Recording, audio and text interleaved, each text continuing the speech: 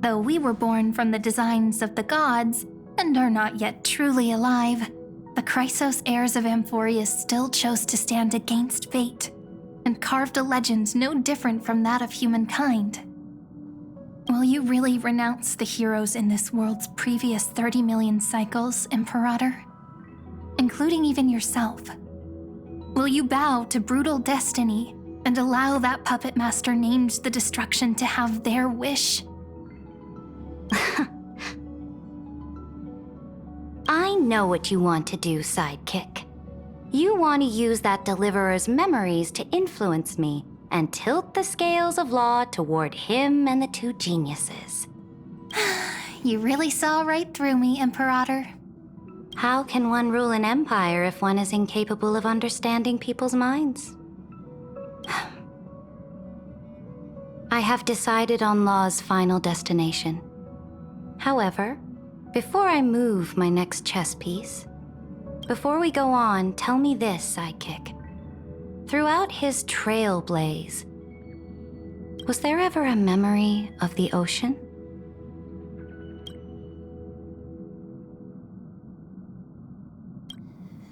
The ocean. My cradle. My home. You shall complete your conquest in the ocean at the boundaries of this world, and eternally slumber in the sound of tides.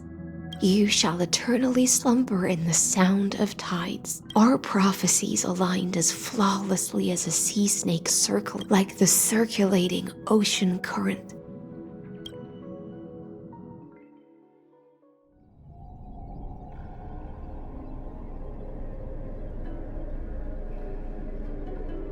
The trial is over.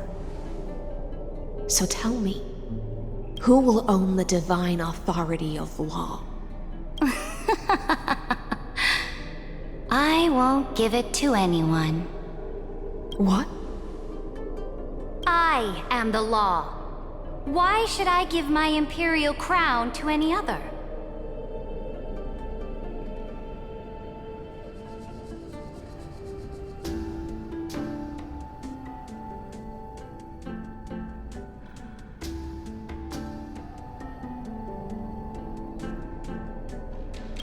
Both the Deliverer and the Theoros came from beyond the sky. They have no right to interfere with the lands I conquered with my own two hands. The law of Amphorius shall be determined by Amphorius's master. What exactly did you see in the trial? Everything. I saw everything regarding the rules of this world's operation. I saw the laws of extrapolation that Theoros spoke of.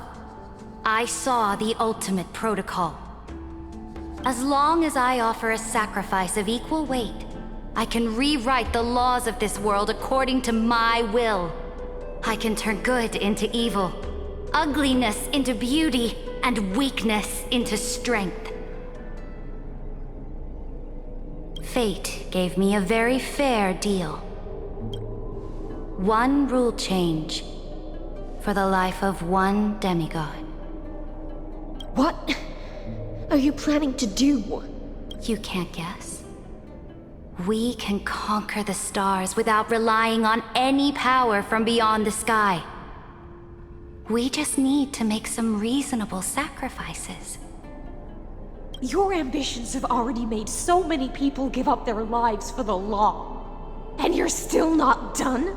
I am determined for Amphorius to stand on her own 2 feet among the stars. You are beyond reason. You think such a simple and hypocritical statement can justify your atrocities. There's no new without destroying the old. That's what you consider an atrocity? Ironic, for that is also the unchanging law of Amphorius's revolutions.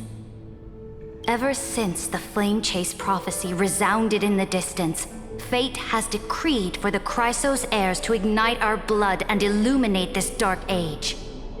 People would still be puppets of the old dynasty if it weren't for my conquests. But your world doesn't seem to be any different from your predecessors. Bloodshed, tyranny, you're making the same mistakes they did. Go and see everything for yourself. Go to any library I've built. Go listen to the rumors on every street corner. Go and witness how the Imperator crushed the old laws and forged new ones. Go and see what my conquests brought to this world. I cleansed the Chrysos War's filth and mended all the conflicts left by the Era Bellica.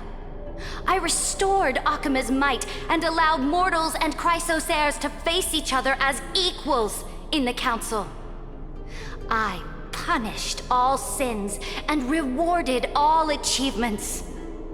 I smashed Talantin's shackles, united humankind to save themselves, and started the Flame Chase era. That's what the Imperator has done in her glorious life. So now, hearken to my final words. History will eventually forget Saridra. But it will never forget the Imperator's people or the Flame Chase era she began. Final words? Amphorius is about to be destroyed. There's no time left for pointless debates. There is only one law I want to overturn to aid the final battle of deliverance. So I will only offer the life of one demigod. In the name of the Imperator, I command you one last time, Electra. Either sacrifice yourself for conquest, or pierce this tyrant's chest with your sword. Thus, the Imperator concluded her final speech at the end of her life. At the last moment before she stepped onto the altar, she gave her most loyal subject the choice to decide fate, just as she promised her compatriots before her very first campaign. My blood flows in you now. Heroic compatriots, follow me, and we'll seize fate's reins!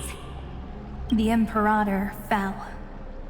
Some say that the Dux Gladiorum turned traitor and killed her liege.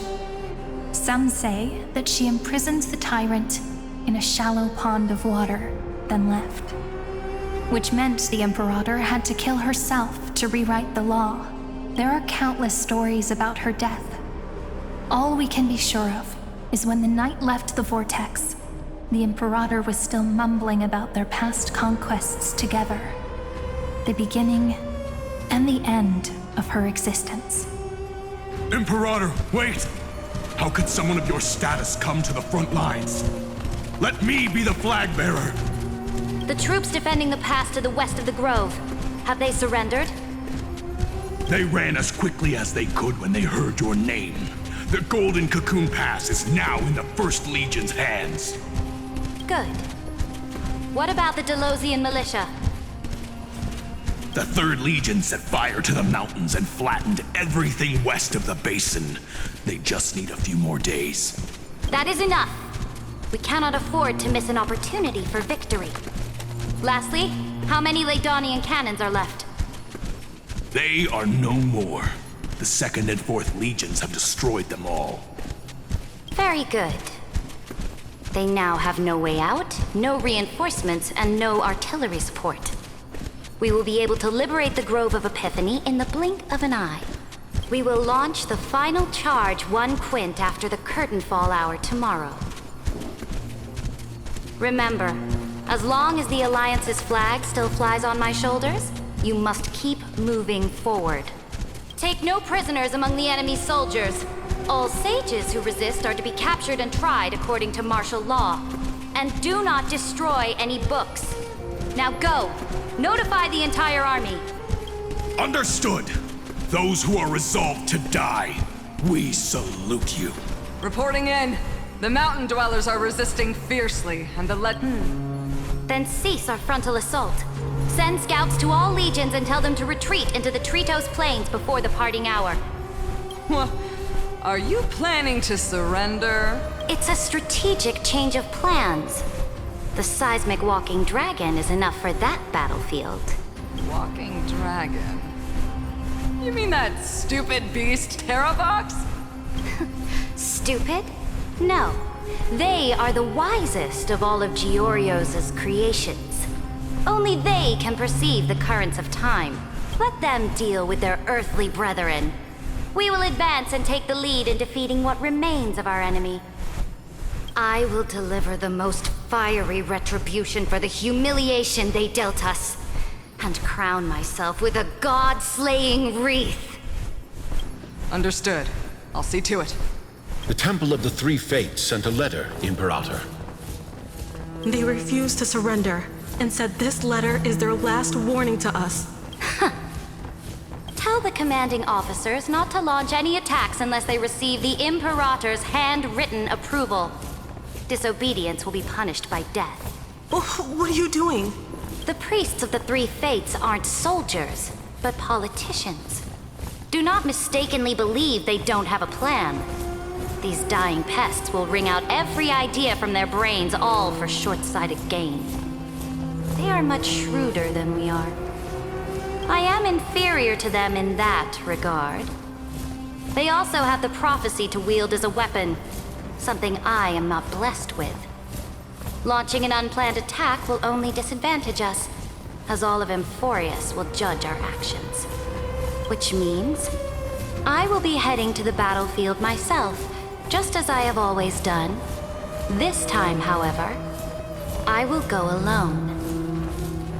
I will conduct secret negotiations to ensure fate is on our side. Understood. The legions will make their preparations. Those who are resolved to die, we salute you. Why are we not allowed to march out with the army, Imperator? This will be a long voyage with no return. Those of you who bear the prophecy cannot come with me. Why are you personally leading this battle if it's doomed to fail? The Flame Chase journey cannot be without a leader.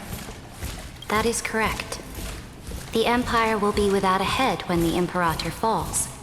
But remember, as long as you seize the right opportunities, even a chaotic game will remain winnable. My departure will create a long staircase for you. You will understand what I mean when news of my death reaches your ears. Saridra, is our journey about to be over? Destroy the old laws and forge new ones. My conquest has reached its limits within the borders of Amphorius. Since the prophecy already decreed that the Imperator would never conquer the stars as she wished, I will bow out here and try no more. More Chrysos heirs bearing divine authority will be born, and many more heroes will arise. Will they demand peace or war? Will they resist tyranny or become the next Imperator? I do not care. The children of the future will decide for themselves. Do not mourn for me. Anyone can kill the Imperator, but the only one who can truly destroy her is Saridra. At the end, I faithfully recorded the most important battles in the Imperator's life. Her conquest was about to be completed at this point in the story. However, for some reason, a memory suddenly entered my mind just as I was about to put down my pen.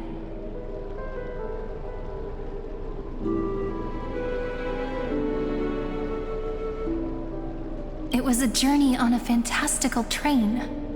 I had the honor of having a heart-to-heart conversation with the Imperator under the stars, and I asked her this question at the end of that discussion. How do you want history to remember you? As a hero who gave up her life for the Flame Chase? Or as a tyrant